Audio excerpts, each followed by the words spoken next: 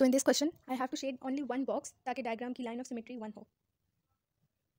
तो इसमें दो पॉसिबिलिटीज़ हैं, पहले मैं ये लाइन ड्रॉ करूँगी और इसमें जब मैं ये बॉक्स शेड करती हूँ तो सिर्फ वन लाइन ऑफ सिमेट्री होगी, और अगर मैं ये वाली लाइन ड्रॉ करती हूँ तो इसमें भी जब हम फोर्थ रो का थर्ड बॉक्स शेड करते हैं तो हमारे पास same one line of symmetry आएगी, लाइक दिस।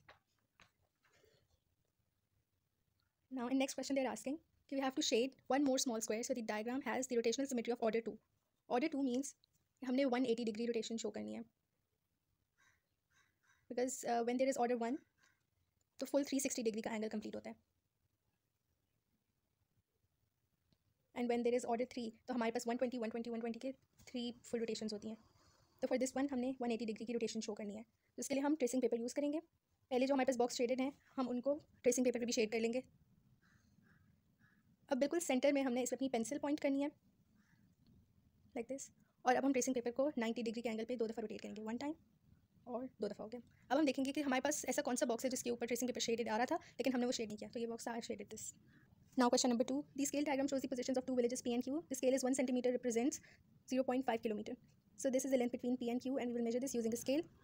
मार्किंग स्कीम में वैल्यू डिफरेंट होगी क्योंकि प्रिंट में थोड़ा सा छोटा साइज़ आता है, तो इसमें मेरे पास आ रही है 8.4 सेंटीमीटर्स। तो हमारे पास जो स्केल के ऊपर लेंथ आई है वो है 8.4 centimetres. Now we will use mapping and scaling method, और हम उसके थ्रू जो एक्चुअल लेंथ है किलोमीटर्स में वो फाइंड आउट करेंगे। तो हम रेशो मेथड यूज़ करेंगे, 1 सेंटीमीटर रेशो 0.5 किलोमीटर, तो 8.4 सेंटीमीटर रेशो हमने एक्स जो हमने फाइंड आउट करना है, तो इसको हम क्रॉस मल्टीप्लाई करेंगे और हमारे पास आएगा x is equal to 0.5 into 8.4। तो अब क्योंकि ये नॉन कैलकुलेटर पेपर है तो हमने खुद ही ये फाइंड आउट करना है। This is going to be 4.2 kilometres. Now measure the bearing of village Q from P, तो हमने P के नॉट से फाइंड करना है Q तक कौन सी आ रही है, तो ये एंगल हमारे पास बनेगा, इसको हमने यूजिंग अ प्रोटेक्टर मेजर कर लेना है। अब हम इसे मेजर करें एंड ये आ गया 110 डिग्रीज एग्जैक्ट। देखिए, फिर हम अपनी आंसर स्पेस में मेंशन कर देंगे। Now we are done. Question number 3.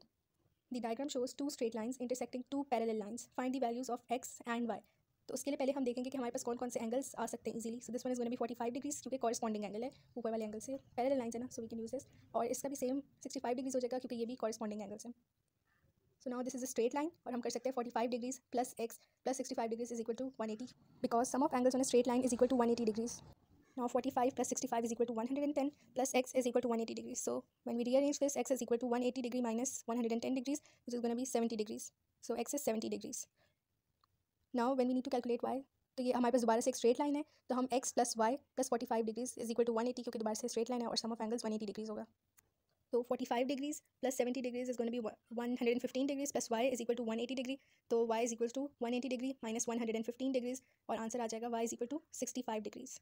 तो मैंने नीचे कर लिया, वो इसमें नज़र नहीं आ रहा लेकिन मेथड हमने ये यूज़ करना है। सो हमारे पास दोनों x और y की वैल्यूज़ आ गई which are correct. Now question number 4. Sameera picks one of these cards at random and replaces it, find the probability that she picks an odd number. तो इसमें से हमारे पास 4 ऑड नंबर्स हैं तो और टोटल 7, तो प्रोबेबिलिटी होगी 4/7. Now Sameera repeats this 35 times, calculate the number of times she is expected to pick an odd number. तो हम 4/7 इंटू 35 कर देंगे और 35 5 7 5 आर 35 एंड 7 1 आर, तो 4 इंटू 5 इज इक्वल टू 20, तो number of expected times is equal to 20. Now question number 5. Translate the triangle T by the vector 0 -2. इसका मतलब हमने x पे मूव नहीं करना क्योंकि x पे 0 है हमारे पास, एंड y पे भी है -2, तो हमने y में नीचे की तरफ मूव करना है क्योंकि माइनस है तो अपोजिट डायरेक्शन में मूव करेंगे। तो सबसे पहले मैं अपने ट्राइंगल के पॉइंट्स A, B और C लेबल करूँगी ताकि जब हम न्यू ट्राइंगल बनाएं इसको शिफ्ट करवा के तो हमें ईजिली पॉइंट्स लेबल कर सकें। तो अब हम सेपरेटली सारे पॉइंट्स देखेंगे, x पे हमने मूव नहीं करवाना और y पे 2 पॉइंट्स नीचे। सो this is my A dash, यहाँ पे B dash and this is my C dash. हमने x पे बिल्कुल मूव नहीं करना। सो नाउ अब मैं इन पॉइंट्स को कनेक्ट कर लूँगी और न्यू ट्राइंगल आ जाएगा मेरे पास, ट्रांसलेटेड ट्राइंगल। इससे क्लियर नहीं, मैं मार्कर से ड्रॉ कर लेती हूँ।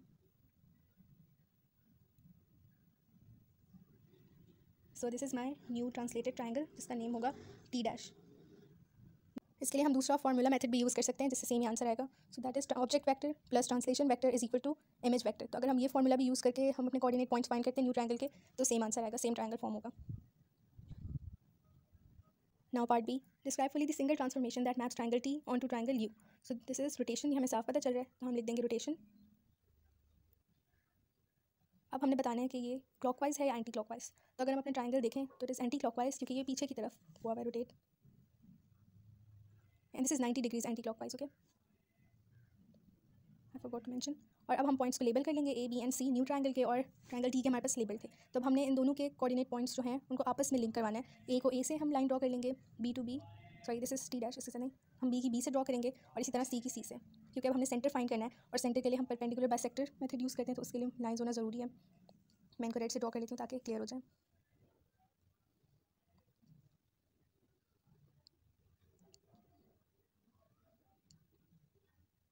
सो दीज आर माई लाइन्स। अब मैं कोई सी दो लाइन्स यूज़ करके उनका परपेंडिकुलर बाइसेक्टर फाइंड करूँगी, तो उसके लिए मुझे चाहिए compass.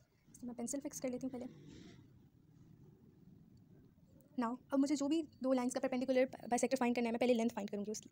So this is 4.2 centimetres. अब जब मैं उसका हाफ लूँगी तो हो जाएगा 2.1। तो मुझे 2.1 से ग्रेटर खोलना है अपना कंपास, कोई भी वैल्यू रैंडम। तो दिस इज़ 3 सेंटीमीटर्स मैंने खोल लिया। अब मैं परपेंडिकुलर बाइसेक्टर्स ड्रॉ करती हूँ इसके, हियर एंड हियर, सेम दूसरे पॉइंट से भी।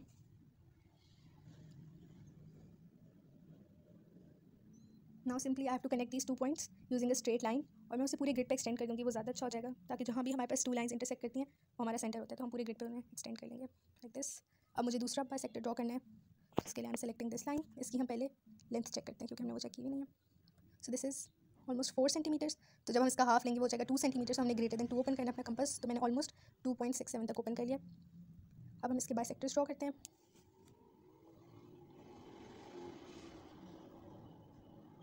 तो मैं ड्रॉ कर रही हूँ लाइक दिस, और अब दूसरे पॉइंट से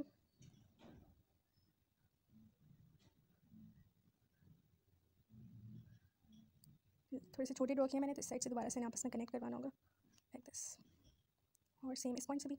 अब हम यहाँ से भी एक स्ट्रेट लाइन ड्रॉ कर लेंगे और देखेंगे कि कहाँ पे ये इंटरसेक्ट हो रही है। तो I am drawing this straight line,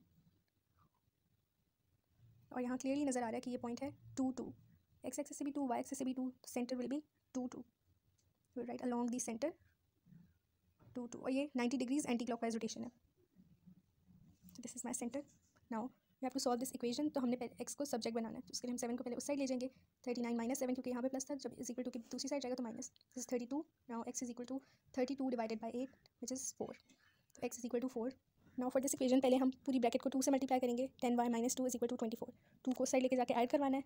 so is equal to 24 plus 2, 10y is equal to 26। So now y is equal to 26 divided by 10। So y is equal to 2.6 लिख सकते हैं, या अगर हम चाहें तो इस फ्रैक्शन को सिंप्लीफाई करके नेक्स्ट फ्रैक्शन की फॉर्म में भी लिख सकते हैं। Now question number 7। Okay, so this is a pattern. हमें एक सीक्वेंस दिया हुआ है। अब इसमें हम देख रहे हैं कि हर नेक्स्ट टर्म की तरफ जैसे जैसे जा रहे हैं तो हम -3 कर रहे हैं। ओके, सो जो हमने नेक्स्ट फाइंड करनी है उसके लिए भी हम -3 करेंगे, तो उसको एज एक्स ले लेते हैं। Find the next term of this sequence. तो हमने एक्स फाइंड करना है, तो x, sorry this is wrong, we will say x is equal to 2 - 3, right, क्योंकि हम 2 से नेक्स्ट पे जा रहे हैं। So this will be -1, x is equal to -1। Now nth term, उसके लिए हमने सबसे पहले फाइंड करना है common difference which is equal to -3। Now we will use this formula a plus d bracket n minus 1. So a is the first term which is 11. 11 plus common difference है -3, तो हम ब्रैकेट ले लेंगे क्योंकि plus minus आ गया। अब now n minus 1. So now we will solve this equation. 11 minus 3n minus minus plus.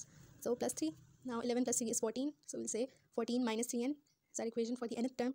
लेकिन हम पहले उसे एक दफ़ा चेक भी कर लेंगे कोई वैल्यू सब्स्टिट्यूट करके। तो हम फॉर एग्जाम्पल 3 ले लेते हैं।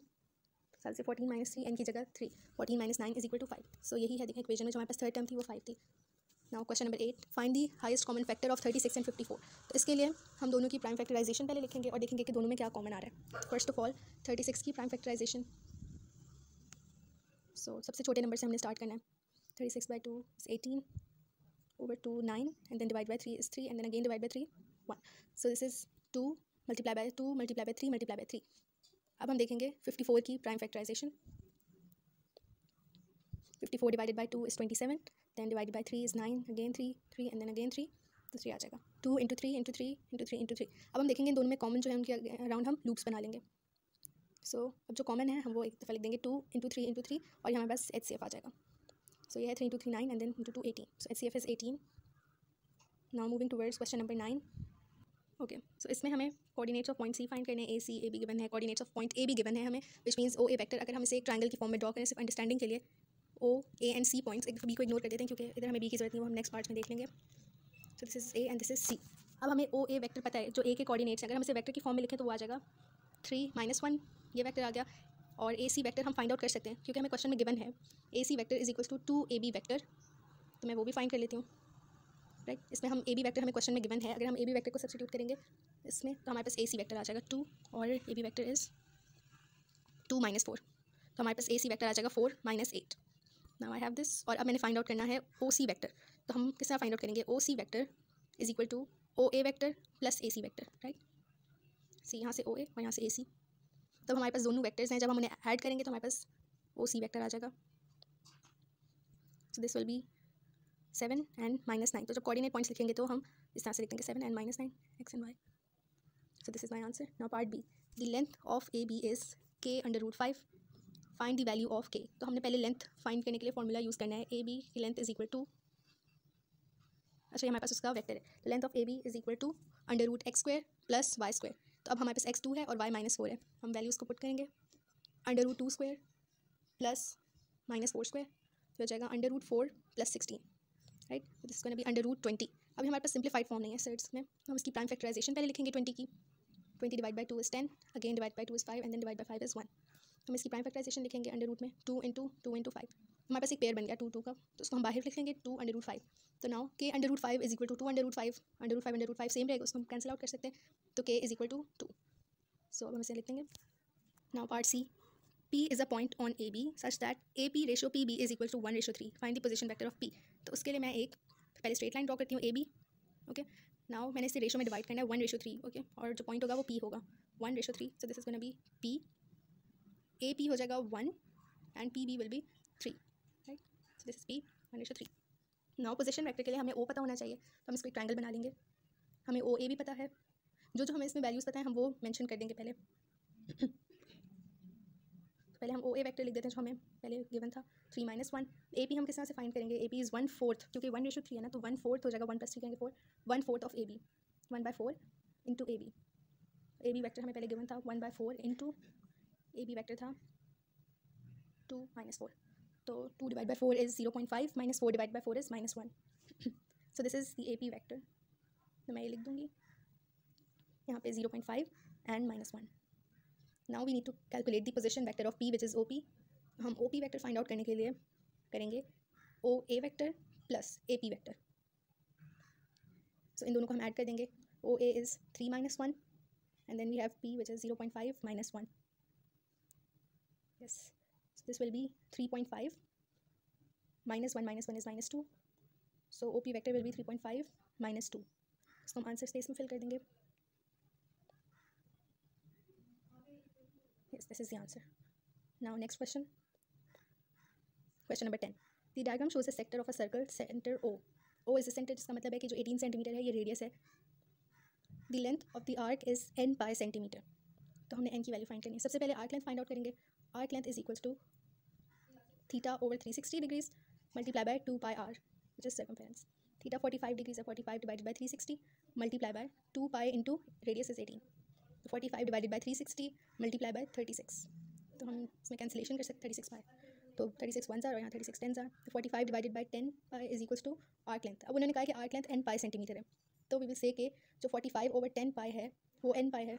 सो पाई से पाई कैंसिल आउट हो गया. 45 over 10 is n which is 4.5. Now right this number in standard form. तो हम पहले देखते हैं हमने डेसिमल कहाँ मूव करवाना है. 1 2 3 4 पॉइंट हम मूव नहीं करवा सकते, क्योंकि अगर हम जो भी हम लिखेंगे वो 70.8 होगा, तो हम इस तरह से नहीं लिखते स्टैंडर्ड फॉर्म में. तो दिस इज गोना बी 7.08 और हम 3 पॉइंट्स आ गए हैं, तो multiply by 10 to power -3. Now we have to add these 2 numbers और आंसर हमने स्टैंडर्ड फॉर्म में देना है. तो अगर हम इनकी पावर्स चेक करें तो वो डिफरेंट है. पहले हमने पावर्स को सेम करना है ताकि हम नंबर्स को सिंपली ऐड कर दें. तो हम दोनों को पावर्स को चेंज कर सकते हैं, लेकिन फिलहाल मैं 3.8 वाली की चेंज कर रही हूँ. 0.38 मल्टीप्लाई बाय 10 टू पावर 23 हो जाएगा. जब हम पीछे मूव करें डेसिमल तो पावर इंक्रीज हो जाएगी. Now we have this. Power same हो गई, तो हम सिंपली इन दो नंबर्स को ऐड करेंगे. 3.8 plus 0.38 into 10 raise to power 23. इसको मैं ऐड करूँगी खुद, क्योंकि कैलकुलेटर अलाउड नहीं है इस क्वेश्चन के लिए. नाउ 8 यहाँ पे 11 आ जाएगा. 1 carry and 4.18. So it's gonna be 4.18 into 10 raise to power 23. So this is my answer. Into 10 raise to power 23. Now next question. Question number 12. This is a triangle and this is your diameter, क्योंकि centre से pass हुआ है. That dot was the centre.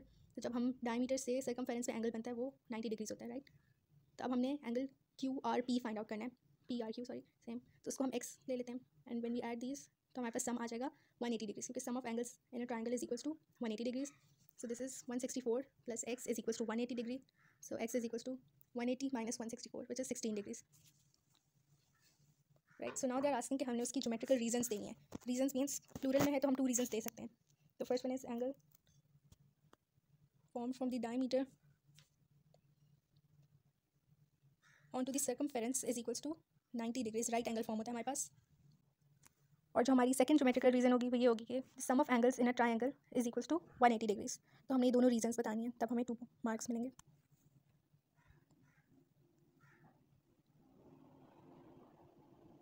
So these were the 2 reasons. Now question number 13. So here we need to calculate the mean. Okay, तो हमारे पास total 100 students हैं. ये हमारे पास frequency chart है. तो पहले हम इसमें फाइंड आउट कर लेते हैं x. Okay, so this is the range and here 100 minus 60 was 40. Now mean is equals to sum of frequencies over total frequencies. So now we will do 30 into 20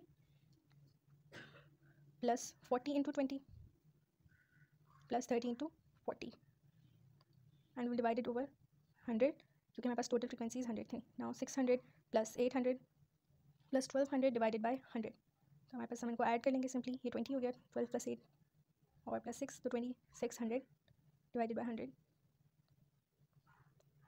wait, this is wrong. हमने गलत किया क्योंकि हमने range find out नहीं करनी थी. Sorry, हमने उनकी मिडिल वैल्यू फाइंड आउट करनी थी. सो this is wrong.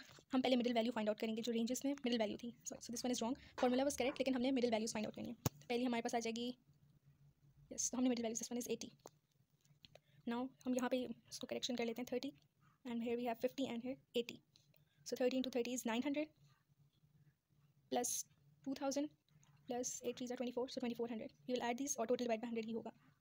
So this is going to be 4400. 2000 plus 2400, 4400 plus 900 करेंगे और वो आ जाएगा 5300. So now 5300 divided by 100 is equals to 53 seconds. Seconds उन्होंने already mention किया हुआ है. Now we need to calculate the histogram. Frequency density is equals to frequency over class width. Class width हमने जो रेंज फाइंड की थी वो class width हमने यहाँ पे यूज़ करनी है. तो फ्रीक्वेंसीज हमें गिवन है और क्लास विड्थ हम ऊपर वाली यूज़ कर लेंगे. राइट. तो first one is 30 divided by 20 which is equals to 1.5. तो ये वाला फर्स्ट वाला हमारे लिए ऑलरेडी ड्रॉ हुआ है. तो हम सेकंड वाला देख लेते हैं. Okay, so this one is 40 divided by 2. तो वो हमारे पास आ रहा है 2. तो हमें देखना है वो 20 है हमारे पास क्लास विड्थ. तो हम 20 के लिए ड्रॉ करेंगे. यस, एग्जैक्ट 2 पे हमने ड्रॉ करना है. नाउ नेक्स्ट वन है 30 divided by 40. Frequency density is equals to 30 divide by 40 यानी 3/4 विच इज़ 0.75. तो हमने फाइंड आउट करना है कि 0.7 and 8 के बीच में हमने कहीं पे ड्रॉ करना है. ओके, और फुल 40 की क्लास पे है तो हमने पूरा एंड तक ड्रॉ करना है 40 सेकंड्स के लिए. ओके, तो यहाँ पे बिल्कुल सेंटर में हमने ड्रॉ करने की कोशिश करनी है लाइक दिस, इस जगह पे, और फुल बार बनेगा. Yes, so this is my bar. ये 0.7 पे ड्रॉ गया, उसको थोड़ा सा ऊपर की तरफ करना है लाइक दिस. ये एग्जैक्ट 0.75 का बार है. Now next part. Here we have to draw a frequency diagram. तो हमें इन्होंने पॉइंट्स भी बताया हुआ है, पूरा टेबल मिला हुआ है. हमने बस पॉइंट्स को प्लॉट करना है और एक स्मूथ कर्व ड्रॉ करना है. तो first of all I am plotting all these points on my graph. Now I will connect these points using a smooth line. Free hand diagram हमने ड्रॉ करनी है और बहुत स्मूथ लाइन ड्रॉ करनी है. Okay, now first part is using your diagram find an estimate for the median. Median is the middle value, so it is n divided by 2. n is the total number. 80 divided by 2 is equals to 40. हमने 40 पे एक horizontal line draw करनी है जहाँ वो हमारी graph की line को टच करेगी. वहीं से हमने एक वर्टिकल लाइन ड्रॉ करनी है और जो वैल्यू आई भी होगी एक्स एक्सिस की हमने वो लिख देनी है. So this is my value which is 62. So 62 seconds already mentioned है. Next one is the lower quartile. For the lower quartile we use the formula n divided by 4. So it's going to be 80 divided by 4. हमारे पास आ रहा है 20 lower quartile. जब हम 20 पे line draw करेंगे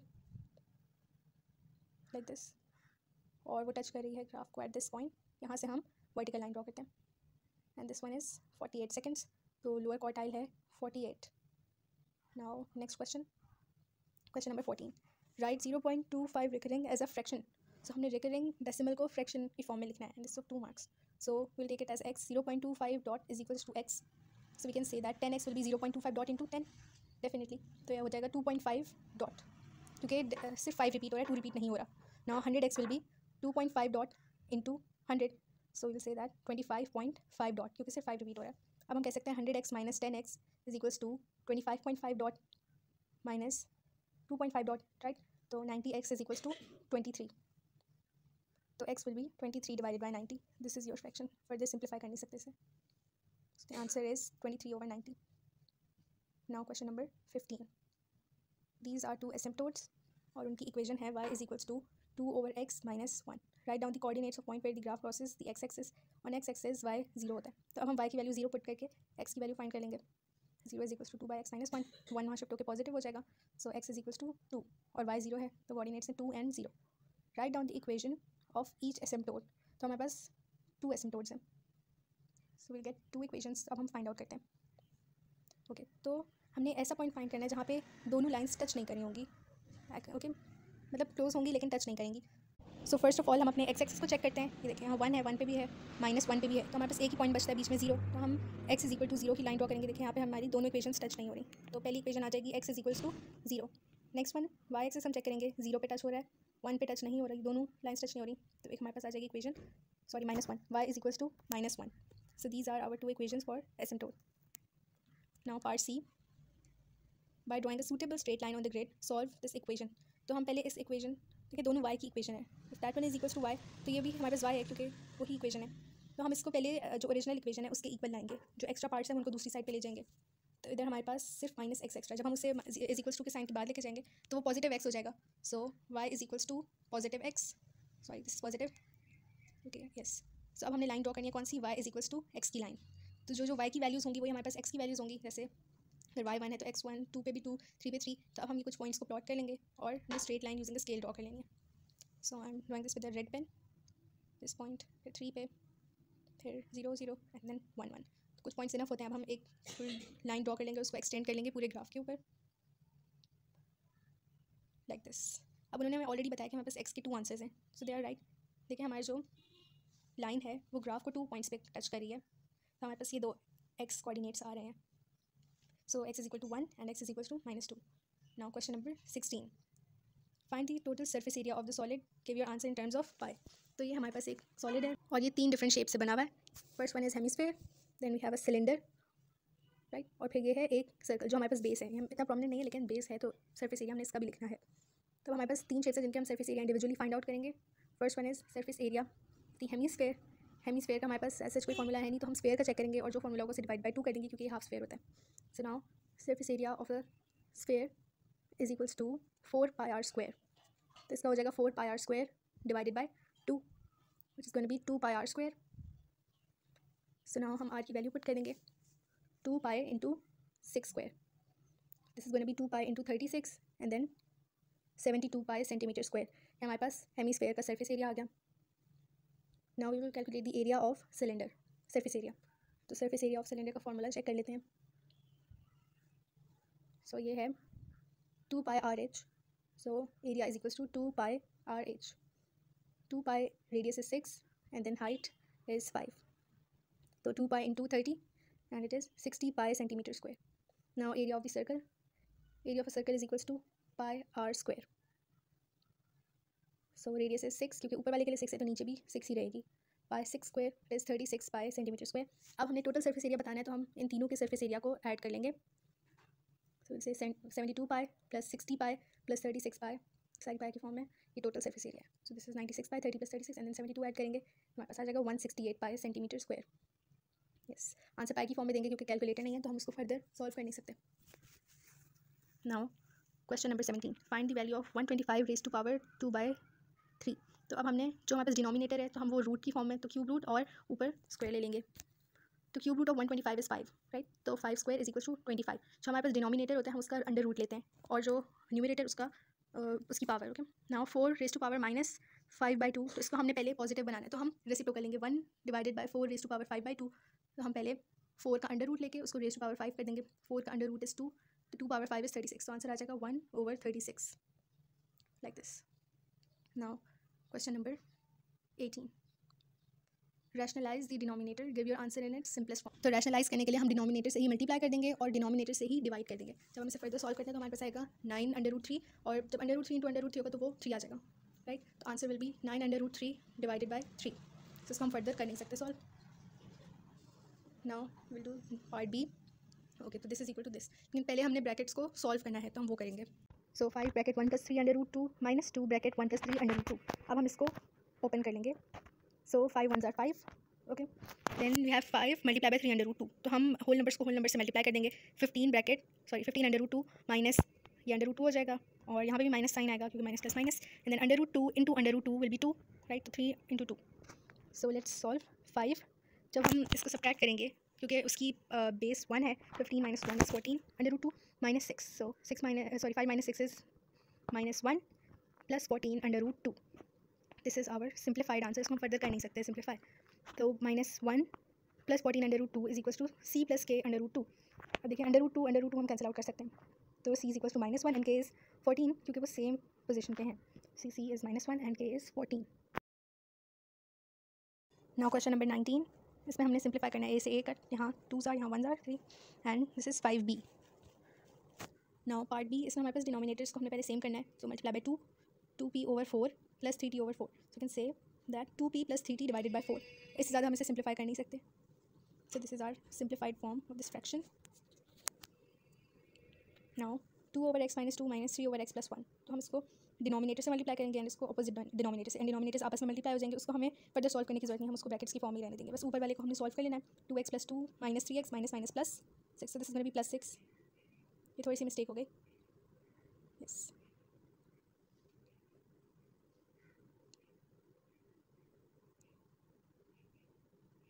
this is gonna B minus x plus 8. Okay, minus x plus 8 divide by x minus 2 over and multiply by x plus 1. तो ये माइनस x माइनस 4 नहीं है, माइनस x प्लस 8 है. So can write 8 minus x as well, एक ही बात है. Now next question. So this is an inverse relation.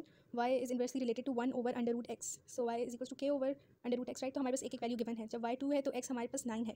So 2 is equals to k over under root 3 क्योंकि under root 9 is equals to 3. So 2 into 3 is equals to k.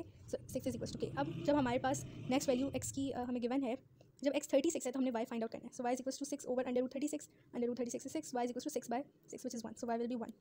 Now part B. When x is increased by a factor of 4, the value of y changes by a factor of p. Find the value of p. Y is inversely related to 1 over under root x, right? So y is equals to 1 over. अब हमने x को increase किया by a factor of 4, right? तो हम इसको open करके इस तरह से भी लिख सकते हैं 1 over under root 4 into under root x, right? तभी हमारे पास under root 4x आता है. तो इसका मतलब जब हम under root 4 फाइंड आउट करेंगे it will be 2 multiplied by x under root x, okay? तो हमारे पास y चेंज हो रहा है by a factor of 1 by 2. So this is our answer.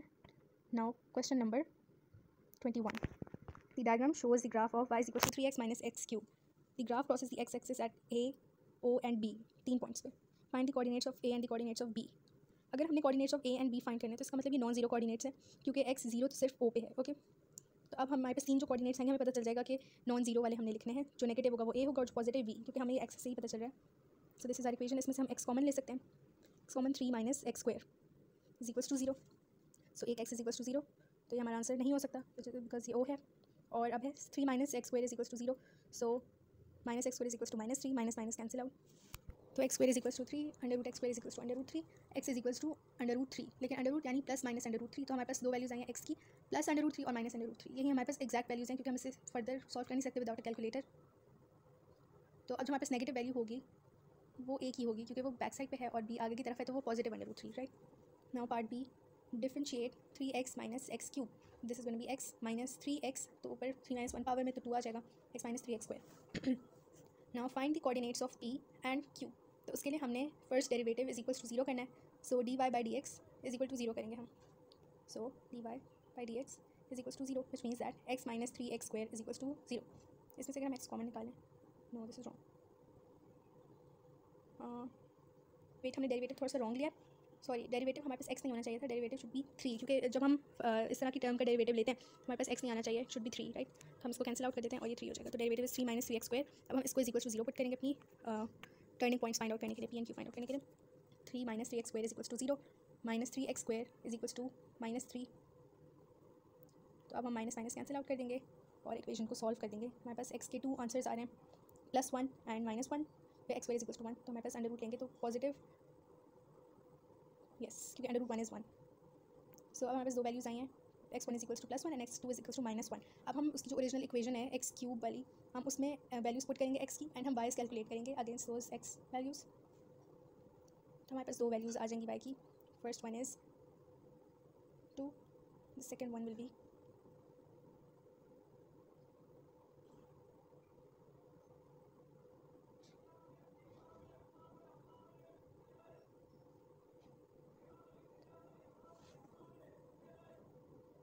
Sorry थोड़ी सी मिस्टेक हो गई. So our second value for y is -2.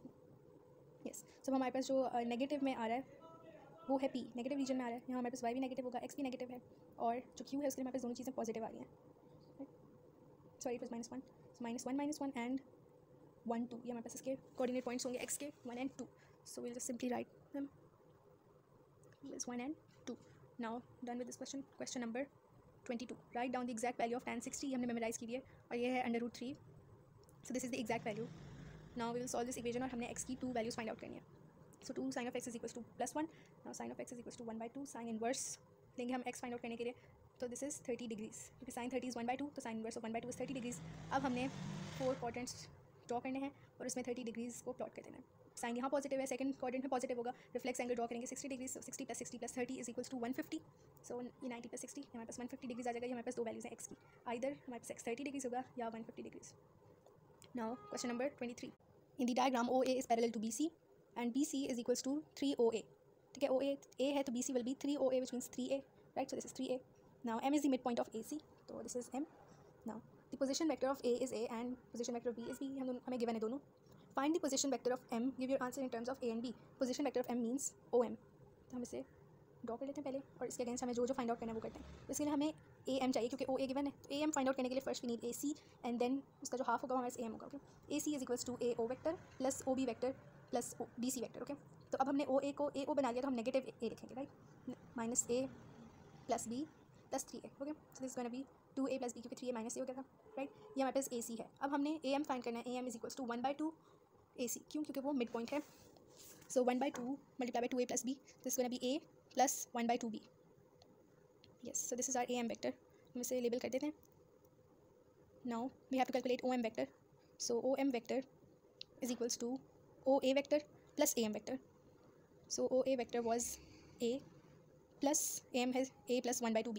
तो हमारा आंसर आ जाएगा 2A + 1/2B. ये है OM vector. Now moving towards the last question. Question number 24. The line y is equals to 7x + 3 intersects the curve y is equals to x² + 5x - 12, which means कि दोनों equal हैं क्योंकि दोनों y हैं. Okay, सो हमने इन दोनों को equal रखना है. एक इक्वेशन बनानी है जिसको हम इज इक्वल्स टू 0 रखेंगे. ओके, सो हम एक तरफ शिफ्ट कर लेते हैं सारे पॉइंट्स को. x नेगेटिव ना हो तो बेहतर है. ओके, -7x - 12 और ये -3 हो जाएगा क्योंकि उस साइड पॉजिटिव है. Right, so x² -2x -15 is equals to 0. Okay, हम इसको सॉल्व करेंगे. फैक्टराइजेशन से हो नहीं सकता, so we'll use our quadratic formula. -b + -√b² - 4ac divided by 2a. So इसमें हम पहले वैल्यूज़ देख लेते हैं कि क्या है. a विल बी 1 क्योंकि 1x² है ना. b is -2 yes and c is -15. So now हम वैल्यूज़ पुट कर लेंगे इसमें and then will calculate our 2 values for x.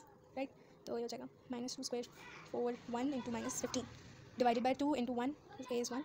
So minus +2 plus √4 + 30 हो जाएगा क्योंकि माइनस और 4 × 15 is 60. Yes, divided by 2. So 2 + -√64 divided by 2. √64 is 8 because 8² is 64. So 2 + -8 divided by 2. अब हमारे पास दो वैल्यूज़ आ सकती हैं क्योंकि आइदर प्लस आइदर माइनस. तो हम दोनों के लिए सेपरेटली फाइंड आउट करते हैं. x1 is equals to 2 + 8 divide by 2 and then we have 10/2 which is 5. तो x1 is 5 and then x2 के लिए we have 2 - 8 divided by 2 which is -6 divided by 2. So x2 is equals to -3. अब हमारे पास x की जो दो values आई हैं वो हम y की ओरिजिनल इक्वेशन जो हमारे पास क्वाड्रेटिक इक्वेशन थी उसमें पुट करके हम y की वैल्यूज़ फाइंड आउट करेंगे और हमारे पास x एंड y के फुल कोऑर्डिनेट्स आ जाएंगे. तो for example a is 5 and b is -3. हम इनके अगेंस्ट y की वैल्यूज़ फाइंड आउट कर लेंगे. This is 25 + 25 - 12 so it is 50 - 12 and 38. 5 के अगेंस्ट हमें 38 मिला है एंड -3 के against will check it. -3² + 5 × -3 - 12. So 9 + 15 - 12. Sorry it should be 9 - 15 होगा क्योंकि -3 था. Yes, sorry this is wrong. तो हम लेंगे नो ये नहीं है value. This is wrong. This is yes -3. So 9 - 15 - 12. So 9 - 27 which is -18. Right, तो हमारे पास वैल्यू आएगी -18. This is our correct value and we will mention this.